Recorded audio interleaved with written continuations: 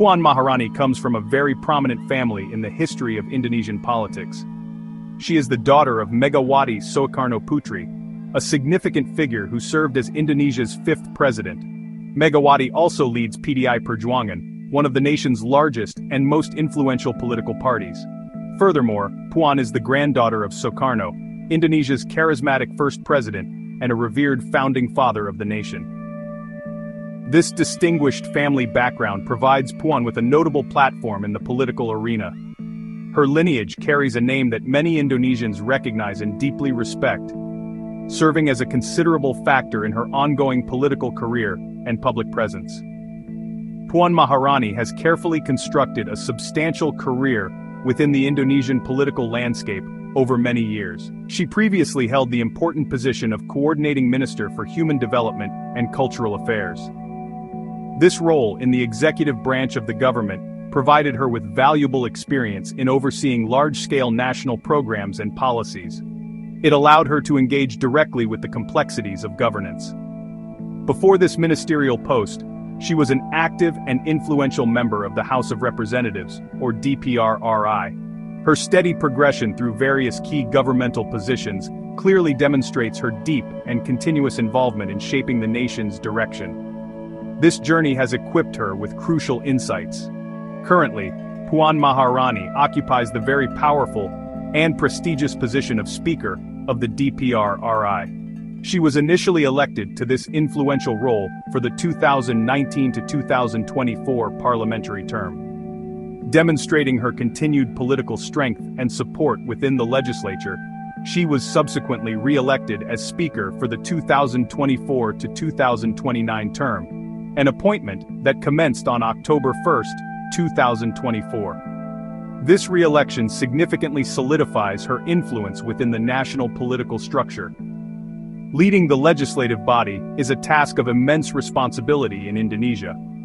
It places her at the very heart of national lawmaking processes and critical political discourse across the archipelago. The primary pillar of political support for Puan Maharani is undeniably PDI Perjuangan.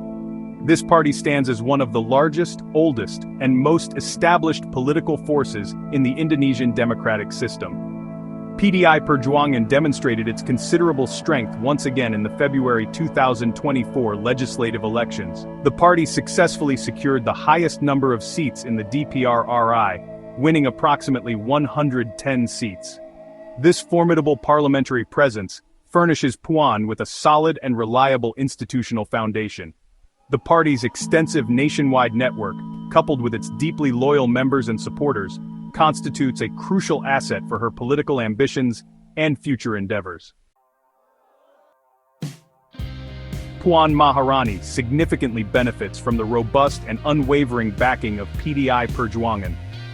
As a highly respected senior member of the party and, importantly, the daughter of its long-standing chairperson, her standing within the organization is exceptionally strong and secure. The party is widely recognized for its meticulously organized structure that extends throughout the vast Indonesian archipelago. It cultivates a vast and active network of deeply loyal cadres. These dedicated party workers tirelessly promote its agenda. PDI Perjuangan also commands a large and consistently dedicated mass voter base. This substantial support is particularly concentrated in densely populated and politically strategic areas such as the island of Java. Such steadfast party support is an enormous advantage.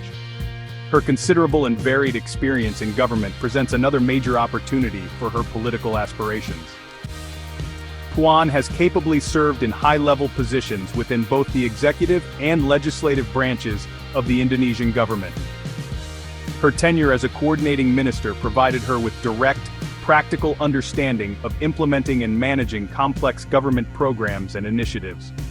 Furthermore, as the Speaker of the DPR-RI for 2 consecutive terms, she has undoubtedly mastered the intricate legislative processes and political dynamics of Parliament. This diverse and comprehensive experience furnishes her with strong and credible leadership credentials. It clearly demonstrates her thorough understanding of how different components of the state apparatus function and interact. The remarkably powerful legacy associated with her family name constitutes a significant and unique asset in her political toolkit. The names Soekarno and Megawati resonate profoundly with a vast number of Indonesians across different generations and regions. These names symbolize a rich history of national struggle, the hard-won achievement of independence, and a tradition of strong, decisive leadership. This deep-rooted family connection can effectively act as an electoral magnet, naturally attracting voters who cherish this historical narrative. It provides a potent symbolic link to Indonesia's vibrant political heritage and foundational ideals. For many citizens, offering support to Puan might feel like a continuation of this important historical legacy. Current political conditions, potentially characterized by stability and a compelling narrative of continuity, could also operate strongly in her favor as 2029 approaches. If the general political climate within Indonesia remains relatively calm and predictable, Puan can strategically build upon existing loyalties and established political networks. The consistent support from the dedicated PDI Perjuangan voters provides a very strong and reliable starting point for any campaign. She can also diligently work to maintain and strategically expand the political coalitions that have been carefully constructed over time. Presenting herself as a leader who will ensure stability and champion the continuation of positive development programs could be highly appealing. Despite her notable strengths and significant political assets, Puan Maharani confronts considerable challenges regarding public perception and her overall electability ratings. Numerous independent opinion polls and surveys conducted across the country often indicate that she is trailing behind several other potential presidential candidates. Her popularity, particularly among the increasingly influential younger voter demographic and the discerning urban middle class, requires substantial improvement and focused attention. These specific demographic groups are playing an ever more decisive role in the outcomes of Indonesian elections.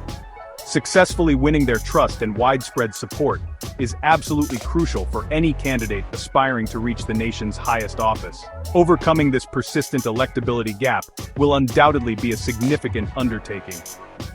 Another substantial hurdle for Puan Maharani is the widespread perception that she primarily represents a political dynasty, or, in some views, an entrenched oligarchy.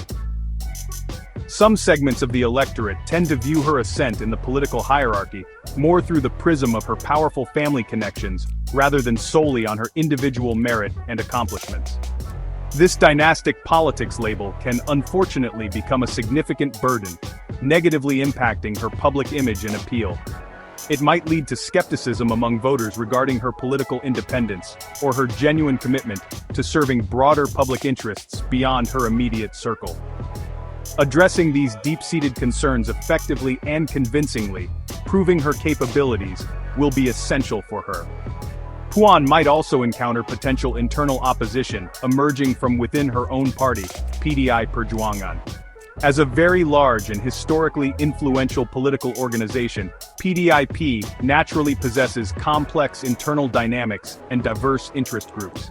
It is plausible that other ambitious and capable figures within the party, or perhaps from its close coalition partners, could also harbor aspirations for the presidency. These individuals might emerge as internal rivals, leading to competition for the party's nomination. Furthermore, the 2029 presidential election itself is widely anticipated to be an intensely competitive contest. Strong and popular candidates such as Anies Baswedan, Ganjar Pranowo, or other well-regarded non-party figures could pose serious and formidable threats to her ambitions. Issues pertaining to perceptions of corruption, the demand for greater transparency, and intense media scrutiny also present ongoing challenges for Puan Maharani. As a highly prominent and senior political figure in Indonesia, she is constantly under the public spotlight and subject to evaluation. Both she and the institutions she has led, including the DPR RI, inevitably face criticism and questions about their performance. For instance, the DPR RI, during her tenure as Speaker, has been perceived by some organizations, such as Transparency International Indonesia, as being among the more corrupt institutions in the country. Such negative perceptions, even if they are indirect or generalized, can unfortunately tarnish her public image and erode trust. A cornerstone strategy for Puan Maharani in her potential bid for the presidency will be the meticulous building and subsequent strengthening of robust political coalitions. In Indonesia's multi-party system, it is exceptionally rare for a single political party to win the presidency entirely on its own. Therefore, the ability to form broad and stable alliances with other supportive political parties is absolutely essential for success. This complex process requires highly skilled political negotiation, diplomacy, and the capacity to find common ground and shared objectives with a diverse range of potential partners. A wide-ranging and solid coalition would significantly amplify her resources, expand her voter reach, and enhance her overall political machinery. To effectively boost her electability and broaden her appeal, Puan Maharani must proactively embrace and skillfully implement modern campaign techniques. This necessarily involves making intensive and strategic use of digital technology and various social media platforms. These online channels are increasingly vital for reaching and engaging with younger cohorts of voters and large urban populations. Her campaign team will need to craft compelling messages that genuinely resonate with the specific concerns and aspirations of these key demographics. Furthermore, this approach offers a valuable opportunity to reshape her public image. She can work towards appearing more accessible, relatable, and less elitist, thereby connecting with ordinary Indonesian citizens on a more personal and direct level. Sharpening her overarching leadership narrative and presenting clear, coherent, and compelling policy programs constitutes another vital strategic imperative. Puan Maharani should consistently and effectively highlight her extensive and varied experience in both the executive branch of government and the national legislature. Her campaign must clearly and persuasively articulate her unwavering commitment to advancing social welfare initiatives and fostering sustainable national development across all sectors. Presenting concrete, well-thought-out, and practical plans for tackling major national challenges will be of paramount importance. These pressing issues include improving the national economy, advancing the quality of education, and ensuring access to better healthcare services for all Indonesians. Voters need to perceive her as a capable leader. Finally, her campaign team must be exceptionally well prepared to anticipate potential political attacks and to manage emerging issues with skill and agility. Presidential campaigns in Indonesia are often fiercely contested and can become quite tough, with opponents diligently searching for any perceived weaknesses. A strong, articulate, and highly responsive communication team is therefore crucial to swiftly counter any criticism and effectively manage negative narratives that may arise. Proactively promoting transparency in her actions and policy decisions can significantly help in building and maintaining public trust. Addressing the evolving concerns of the Indonesian electorate, particularly the increasingly critical and digitally savvy younger generation, with relevant policy solutions, will be pivotal.